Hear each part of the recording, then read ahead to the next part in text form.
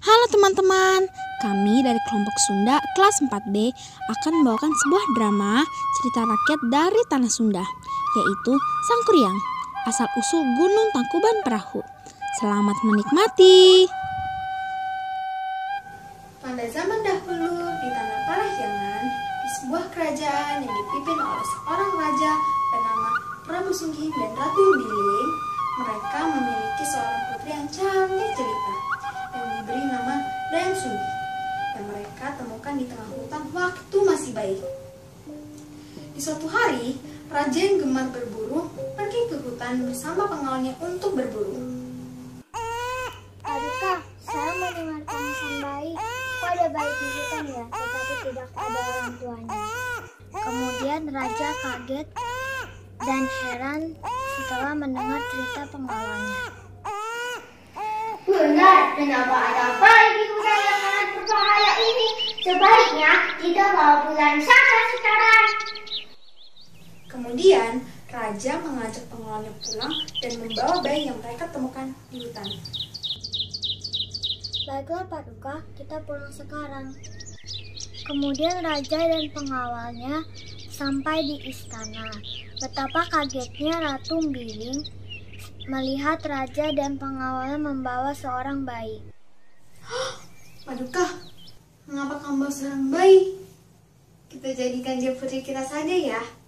Kita beri nama Dayang Sumbi. Dayang Sumbi tumbuh menjadi seorang putri yang cantik jelita, yang terkenal dengan kecerdasannya. Namun, dia juga terkenal dengan sifat manjanya.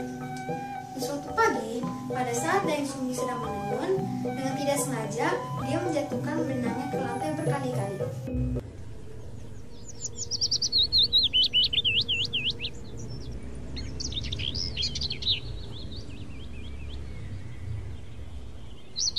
Aduh, benangku jatuh terus. Aku berjanji siapapun yang mengambilkan benangku, kalau dia laki-laki akan kujadikan suamiku, kalau dia perempuan akan kujadikan saudaraku. Beberapa saat kemudian setelah Dayang Sumbi mengucapkan janjinya, tiba-tiba datanglah seekor anjing sakti bernama Tumang membawakan benang Dayang Sumbi yang terjatuh. Ini milikmu, Tua Putri. Terima kasih, Tumang. Kenapa malah kau yang membawa pentalan benangku? Artinya mau tidak mau, aku harus menepati janjiku untuk menjadikan anjing ini suamiku. Kemudian, Dayang Sumbi dan seekor anjing yang bernama Tuman, yang sebenarnya adalah jemaah dewa, itu pun menikah. Mereka hidup bersama dan memiliki seorang anak laki-laki. Anak tersebut tumbuh dan berkembang seperti anak laki-laki pada umumnya. Anak laki-laki itu diberi nama Santurian. Di masa pertumbuhan Santurian, dia selalu ditemani oleh Tuman, yang selama ini dia tahu hanyalah seekor anjing yang selalu menemaninya. Bukanlah sebagai ayah kandungnya. Dalam perjalanan waktu, Santurian berkembang dan tumbuh menjadi anak yang berani dan sudah berburu. Pada suatu hari, Dayang Sumbi memanggil putranya Sangkuriang. Sangkuriang anakku, ibu sangat ingin memakan daging rusa. Pergilah kau sekarang ke hutan untuk mencari daging rusa. Ajaklah si Tumang bersamamu. Baiklah, Bu. Setibanya Sangkuriang di tengah hutan. Di mana aku bisa mendapatkan seekor rusa? Aku tidak akan pulang sebelum aku mendapatkan daging rusa untuk ibuku. Jika aku tidak mendapatkan daging rusa, maka dengan sangat terpaksa Tumanglah yang akan menjadi ganti hewan buruanku. Lalu Sangkuriang mengarahkan busurnya ke arah si Tumang. Tumang pun terkena anak panah Sangkuriang. Dan tak lama kemudian, si Tumang pun akhirnya mati. Begitu Sangkuriang tiba di rumah, ia langsung menyerahkan daging Tumang kepada ibunya. Ibunda, ini adalah hasil rusa buruanku.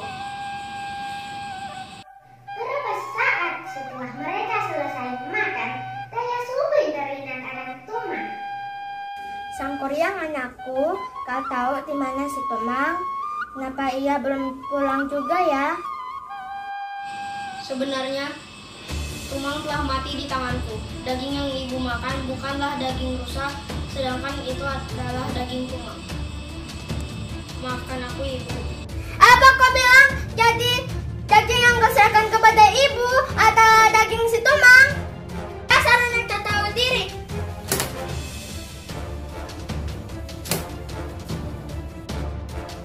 Dan Sumbi marah besar mendengar pengakuan Sang Kuryang. Dengan refleks disertai amarah, dan Sumbi memukul kepala Sang Kuryang dengan benda yang dipegangnya. Sang Kuryang terluka cukup parah di bagian kepalanya. Beberapa tahun berlalu, Sang Kuryang tumbuh menjadi pemuda yang gagah dan tampan, dan dia pun kembali ke kampung halamannya. Lalu dia bertemu kembali dengan ibunya, namun keduanya tidak saling kenal. Lis, kamu sangat cantik. Aku ingin mengamarmu. Maukah kamu menjadi istriku? Baiklah Kang, saya bersedia menjadi istrimu.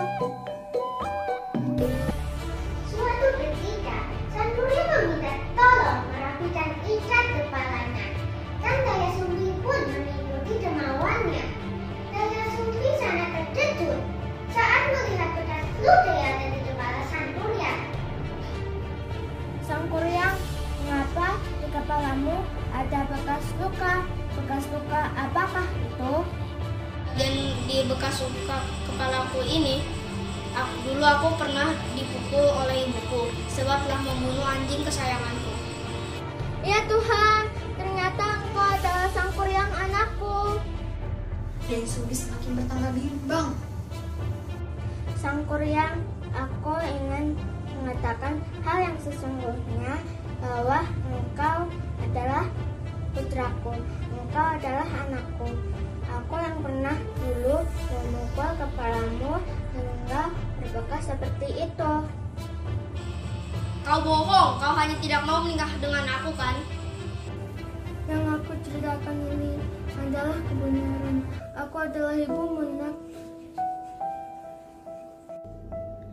Dayang Sumbi menceritakan semua tentang dirinya, putranya, dan anjingnya bernama Tumang. Namun Sang Kuryang tetap tak mau mendengarkan dan bersikeras harus menikahi Dayang Sumbi.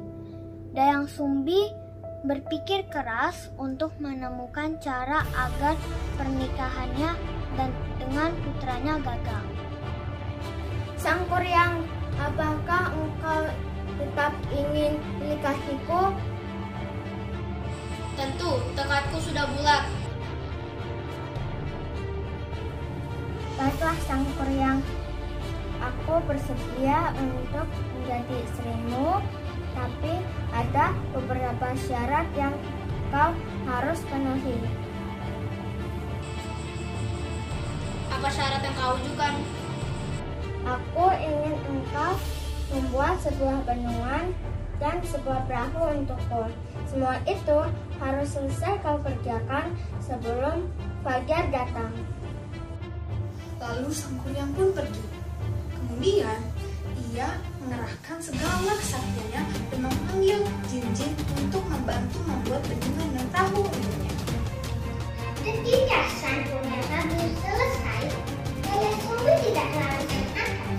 Ia pun membantu dan ibu-ibu di kampung itu untuk membunyikan lesung seperti sedang menumpuk padi, seperti pertanda fajar telah tiba.